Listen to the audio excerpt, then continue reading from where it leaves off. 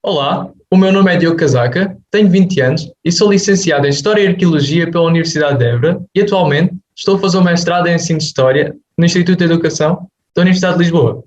Venho-vos fazer um convite. Durante a licenciatura fiz um projeto chamado Viaja pelos Sons das Pinturas e é isso mesmo que vos venho convidar, para viajarem comigo pelos sons das pinturas e com o personagem Dica. Vais fazer uma visita pelo Museu de Évora, pela Biblioteca Pública de Évora e pela Sé. Espero que gostem. Venham!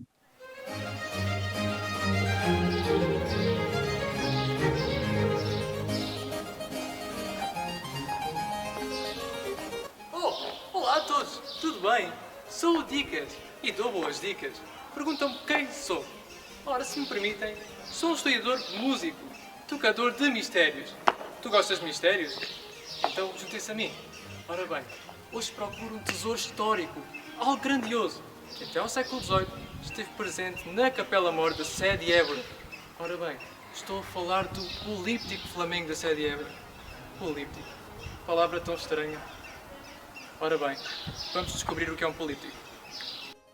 Um políptico é um conjunto de quadros móveis, ou seja, que se podem mover, ou fixos, montado numa estrutura, que formam uma história. Neste caso, estou a falar do Políptico Flamengo da Sé de Évora, constituído por 13 quadros móveis que narram a vida da Virgem, um tesouro nacional português, um dos maiores retábulos flamengos do mundo. Foram encomendadas no final do século XV e inícios do século XVI.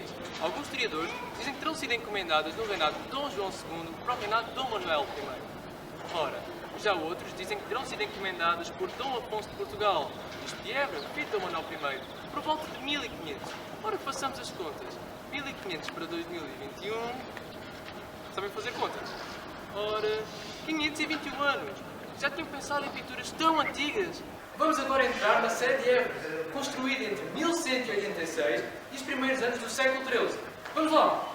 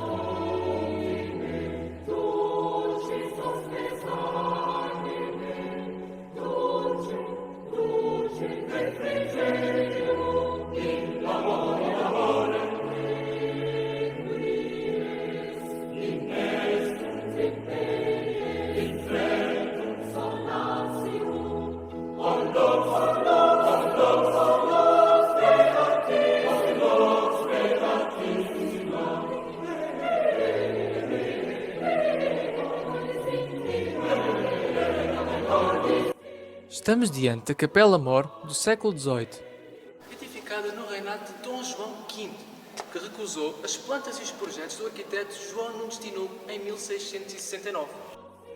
Entretanto, Dom João V decidiu contratar outro arquiteto, João Frederico Ludovico, que edificou esta Capela Mor, bem ao estilo barroco.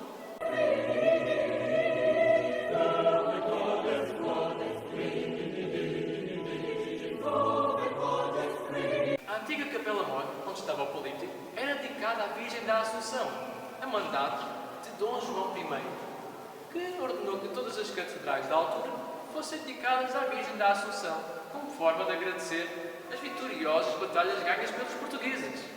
A encomenda dos painéis terá obedecido a várias ordens, ordens estas relacionadas com o gosto particular do decorador da Sé de Évora, ordens relacionadas com rituais religiosos da época e até mesmo, não nos podemos esquecer, do enquadramento do políptico na Capela Mor, a antiga Capela Mor, que foi demolida. Os painéis do políptico foram guardados nas arrecadações do Paço Arquiepiscopal, atual Museu de Évora. A pintura flamenga predominava na Península Ibérica nos séculos XV e XVI. O autor desconhecido poderia ser flamengo ou até mesmo luso-flamengo, para pintar os quadros já mesmo em Portugal. As pinturas e os artistas flamengos vinham da Flandres, ou seja, região da Bélgica, ao antigo Condado da Flandres, o qual podemos observar aqui representado neste mapa, a amarelo. Os materiais das tintas também vinham da Flandres, como minérios como a azurite, o cobre e o chumbo. Os artistas flamengos passaram por oficinas de grandes mestres italianos em Itália, o que proporcionou desenvolverem competências como a anatomia e a perspectiva, como podemos observar no políptico. Ora, o bispo de Beja e arcebispo de Évora, Frei Manuel do Senato, encontrou os painéis nas arrecadações do Paço Arquiepiscopal, mandando-os restaurar em 1804. Entretanto, decidiu colocá-los na sala do trono do Paço Arquiepiscopal, atual Museu de Évora. Vamos entrar agora na Biblioteca Pública de Évora, fundada em 1805 pelo Bispo de Beja e Arcebispo de Évora, Frei Manuel do Senaco. Bora lá!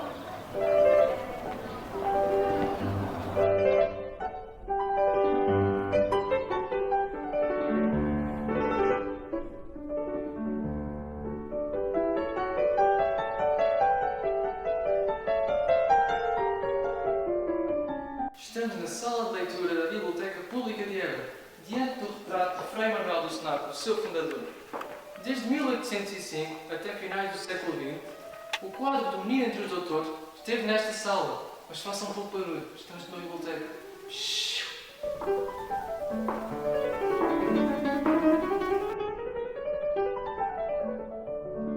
Em 1815 foi fundado o Museu de Évora e todas as peças do políptico foram para a coleção deste.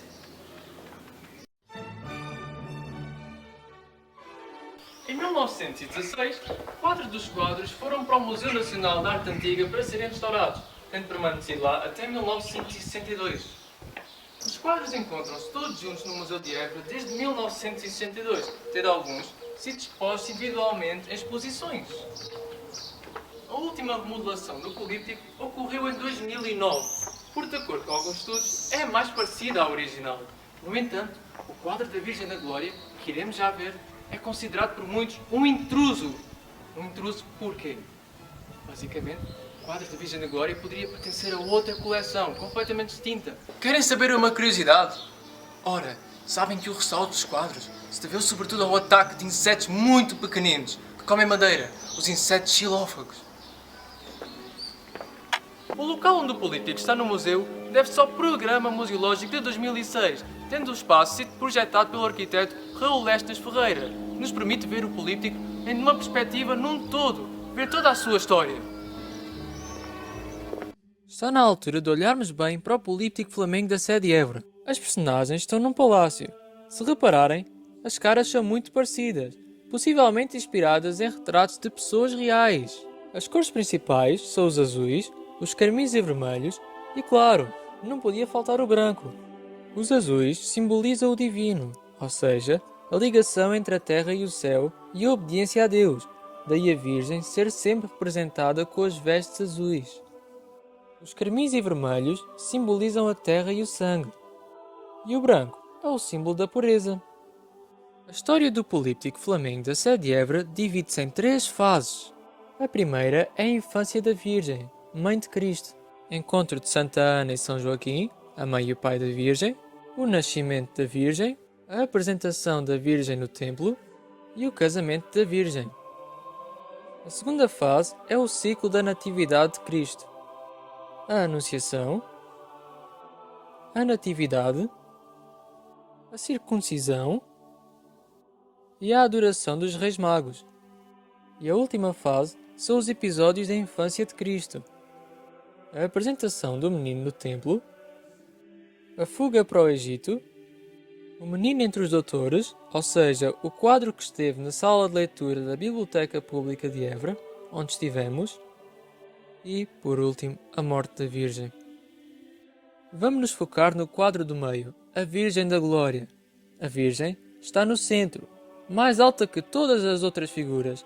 É a personagem mais importante. Está com o menino ao colo, enquanto é coroada por 4 anjos. Este quadro representa um cenário de celebração, onde vemos anjos músicos ao redor da Virgem. Vamos ver e ouvir o que cada um está a tocar. No primeiro plano, vemos um anjo a tocar dulcimer, um instrumento de cordas percutidas feito de madeira. O dulcimer nasceu há muitos anos no Oriente, expandiu-se pela Península Ibérica por volta do século XII. Tem um som agudo, metálico, mas curiosamente doce. Agora, vamos ouvir o dulcimer.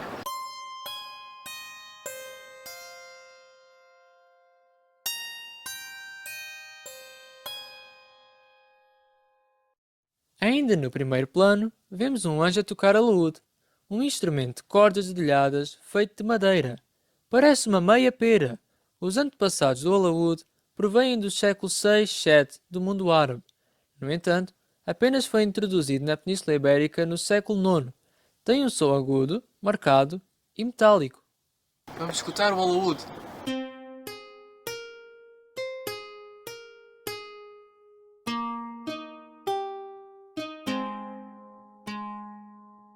Em segundo plano, vemos um anjo a tocar flauta de bisel, um instrumento de sopro feito de madeira.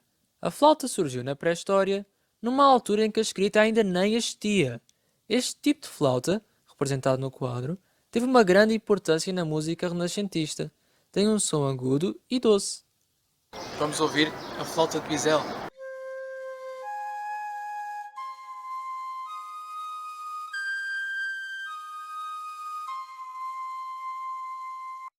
Este anjo está a tocar viela d'arco, um instrumento de cordas friccionadas, feito de madeira, tocado com um arco feito de madeira e cerdas, ou seja, crina de cavalo.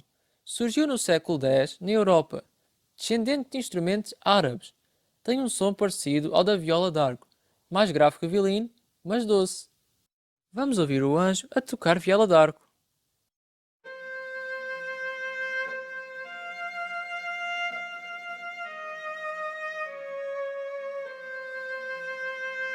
Este anjo está a tocar triângulo, um instrumento de percussão feito de metal. Tem um som metálico. Vamos ouvir o anjo a tocar triângulo.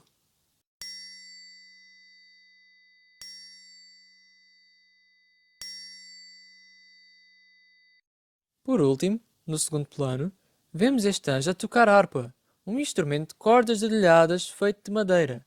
A harpa foi utilizada pela primeira vez há milhares de anos, no Médio Oriente. No século VIII, terá chegado pela primeira vez à Península Ibérica. Tem um som agudo e muito doce. Vamos ouvir a harpa.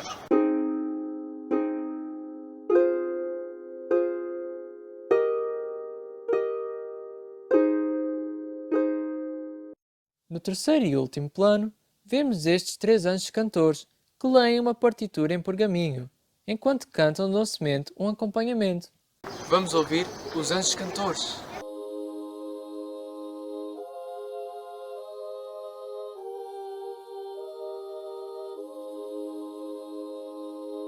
Por último, encontramos este anjo a tocar órgão portátil, um instrumento de teclas que se pode transportar, feito maioritariamente de madeira, e quase sempre os tubos são feitos de ligas de metais, como o chumbo ou estanho. Expandiu-se pela Europa entre os séculos XIII e XIV. Funciona apenas com a entrada de ar no sistema. Daí, vermos um anjo a abrir e a fechar o fole do órgão. Tem um som agudo e doce. Vamos ouvir o órgão portátil.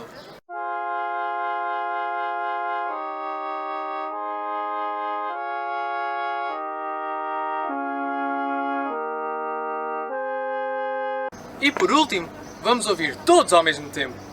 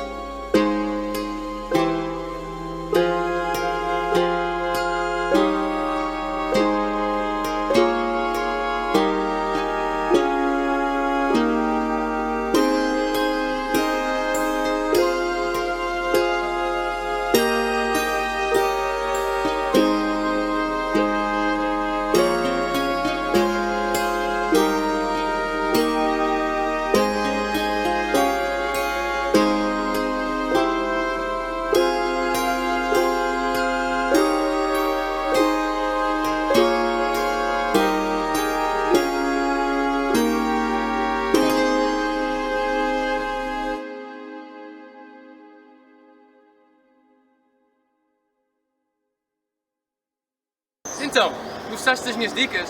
Está atento às próximas.